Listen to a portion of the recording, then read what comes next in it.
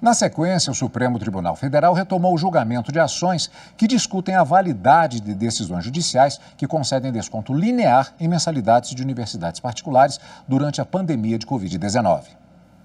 O julgamento foi retomado com o voto de mérito da relatora. A ministra Rosa Weber considerou procedente o questionamento de representantes de instituições de ensino superior contra decisões judiciais que concederam descontos e suspensão de pagamento de mensalidades durante a pandemia. Em duas ações, as entidades sustentaram que não houve respeito ao princípio da livre iniciativa e, dessa forma, perderam a possibilidade de negociar os valores com os alunos. Destacaram que, apesar da flexibilidade da carga horária e da migração do ensino presencial para o remoto ou à distância, as decisões judiciais só levaram em conta possível redução de custos das instituições.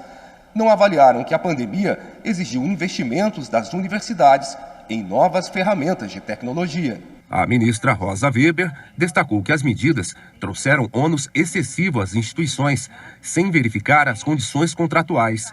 Para a ministra, considerando a autonomia das universidades, a solução consensual seria a melhor medida de negociação e concluiu o voto com a seguinte tese. É inconstitucional decisão judicial que, sem considerar as circunstâncias fáticas efetivamente demonstradas, deixa de sopesar os reais efeitos da pandemia em ambas as partes contratuais e determina a concessão de descontos lineares em mensalidades de cursos prestados por instituições de ensino superior. É imprescindível a apreciação das características do curso, das atividades desenvolvidas, das atividades oferecidas de forma remota, da carga horária mantida, das formas de avaliação, da possibilidade de participação efetiva do aluno nas atividades de ensino, dos custos advindos de eventual transposição do ensino para a via remota eletrônica, do investimento financeiro em plataformas de educação remota, em capacitação de docentes e em outros métodos de aprendizagem ativa e inovadora que respeitem o isolamento social requerido para minorar a propagação viral. O ministro Nunes Marques votou contra as ações. Argumentou que as universidades reclamam que as decisões judiciais deram tratamento genérico, determinando os descontos nas mensalidades. Mas, por outro lado, as mesmas entidades pediram de forma generalizada o fim desses abatimentos. No mundo inteiro, o abalo econômico provocado pela pandemia de Covid-19 exigiu a concepção de soluções novas, criativas, adaptáveis a uma economia com um contato social reduzido ao mínimo. Por que não poderiam os estudantes também pedir a redução de suas mensalidades, sobretudo tendo em conta a migração do ensino presencial para o ensino remoto? Certo, pondera-se que o problema estaria no caráter linear dos descontos determinados por via judicial, que desconsiderariam as peculiaridades de cada caso. Não digo que tais descontos estão certos, nem que são a melhor solução.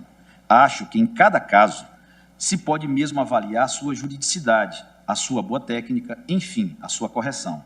Mas me parece que vedar abstratamente que os juízes possam dar esse tipo de decisão, paradoxalmente, produz exatamente o mesmo efeito que os autores intentam evitar. Os ministros Gilmar Mendes e Alexandre de Moraes julgaram procedentes as ações, assim como a relatora.